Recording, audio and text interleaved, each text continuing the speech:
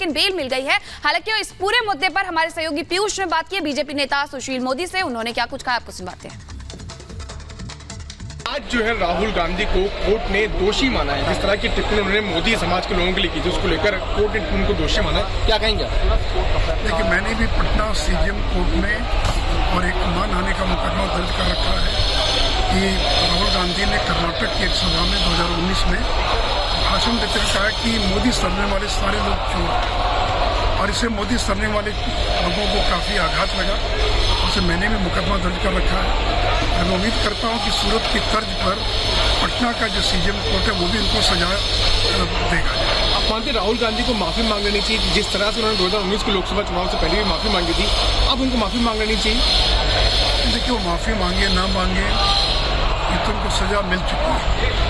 अब ये देखना है कि सजा कितने दिनों की, उसका क्या जो पॉलिटिकल सिग्निफिकेंस है, उनके भविष्य पर क्या उसका प्रभाव पड़ेगा, क्या वो मेंबर बने रह सकते कि नहीं रह सकते, ये तो डिटेल ऑर्डर पढ़ने के बाद ही कहा जा सकता है। लेकिन यह उन राजनेताओं को एक संदेश है कि भाषणों के अंदर अगर मर्यादा का उल्लंघन करेंगे तो आप कोर्ट के द्वारा और दोषी करार किए जा सकते हैं। सर, आप क्या मानते हैं कितना बड़ा आघात है? क्योंकि मोदी सरनेम जितने भी जिनके आगे भी लगा, उन सभी को इस तरह की भाषा का इस्तेमाल करने के खिलाफ क्या मानते हैं, कितना बड़ा आघात? देखिए, राहुल गांधी को लगता था कि नरेंद्र मोदी को गालियां देंगे तो चुनाव जीत जाएंगे।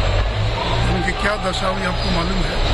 और 2019 के चुनाव में नरेंद्र मोदी को गालियां देने के बावजूद भारतीय जनता पार्टी 303 सीटों पहुंच गई। तो राजनीति में चुनाव के अंदर किसी के बारे में अपशब्दों का प्रयोग करके आप वोट हासिल नहीं कर सकते। तो सुना आपने सुशील मोदी क्या कुछ कह रहे थे। इसी खबर पर और विस्तार से बातचीत के लिए हमारी सहयोगी गायत्री शर्मा इस वक्त हमारे साथ जुड़ चुकी हैं। गायत्री, भले ही जमानत आज मिल गई हो, थोड़ी राहत दिख रही हो, लेकिन इतनी भी राहत नहीं है। आगे आफत है राहुल गांधी के लिए, मुश्किलें कम नहीं है।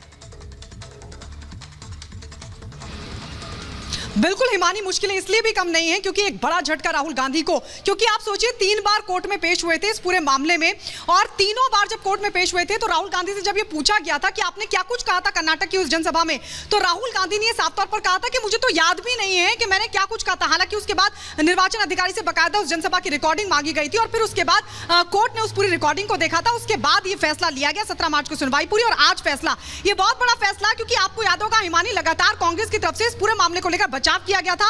मोदी सरनेम को लेकर ये टिप्पणी राहुल गांधी की तरफ से की गई थी, लेकिन जब कोर्ट में उनसे पूछा गया तो उन्होंने साफ तौर पर कहा कि मुझे याद भी नहीं है। और आज भी देखिए, राहुल गांधी खुद सूरत की कोर्ट में पेश हुए थे। इस पूरे मामले की सुनवाई के दौरान वो मौजूद रहे थे और जब उनसे कोर्ट ने कहा कि आप क्या कहना चाहते हैं, जब उनको सजा का ऐलान किया गया तो राहुल गांधी ने कहा कि मैं भ्रष्टाचार के खिलाफ बोलता हूं और बोलता रहूंगा। लेकिन सीधे तौर पर यह कहा गया था राहुल गांधी के वकील की तरफ से कि राहुल गांधी ने जो कुछ भी कहा उससे किसी को कोई हानि नहीं हुई है, इसलिए कम से कम सजा दी जानी चाहिए। लेकिन वहीं दूसरी तरफ की बीजेपी एमएलए जिनकी तरफ से याचिका दाखिल की गई थी, जिनकी तरफ से केस दर्ज किया गया था, वकील ने साफ तौर पर यह कहा कि